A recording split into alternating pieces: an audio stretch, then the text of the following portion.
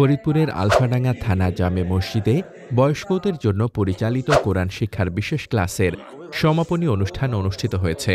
১০ December বুধবার রাত ৯টার দিকে দোয়া ও মোনাজাতের মাধ্যমে প্রায় ৩.৫ মাসব্যাপী এ কার্যক্রমের আনুষ্ঠানিক সমাপ্তি ঘোষণা করা হয়।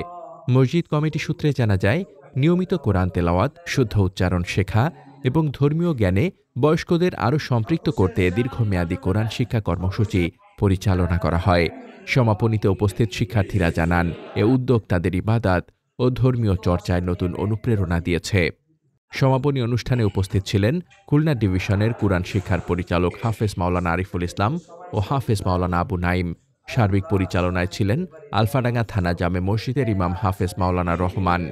কুরআন শিক্ষায় অংশ নেন আলফাডাঙ্গা সরকারি ডিগ্রি কলেজের সাবেক অধ্যক্ষ মনিরুল হক শিকদার, ব্যবসায়ী শহীদুল ইসলাম, সাংবাদিক সেকেন্দার আলম, আজিজুর রহমান দুলাল, গোলাম আজাদ মনির সহ মোট ৩০ জন বয়স্ক শিক্ষার্থী ও সাংবাদিক সেকেন্দার আলম বলেন, বয়স বাড়লেও কোরআন শেখার ইচ্ছা কখনো কমে না।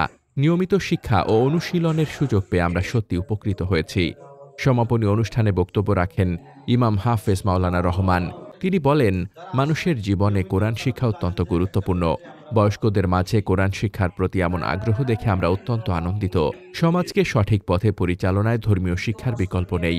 এ ধরনের উদ্যোগ ভবিষ্যতেও নিয়মিতভাবে চলমান থাকবে। অনুষ্ঠানের শেষে বাংলাদেশ, আলফাডাঙ্গা এবং বিশ্ব মুসলিম উম্মার শান্তি, সমৃদ্ধি ও কল্যাণ কামনায় বিশেষ দোয়া করা হয়। মোহাম্মদ শামীম রেজা, দৈনিক খোলা চোখ।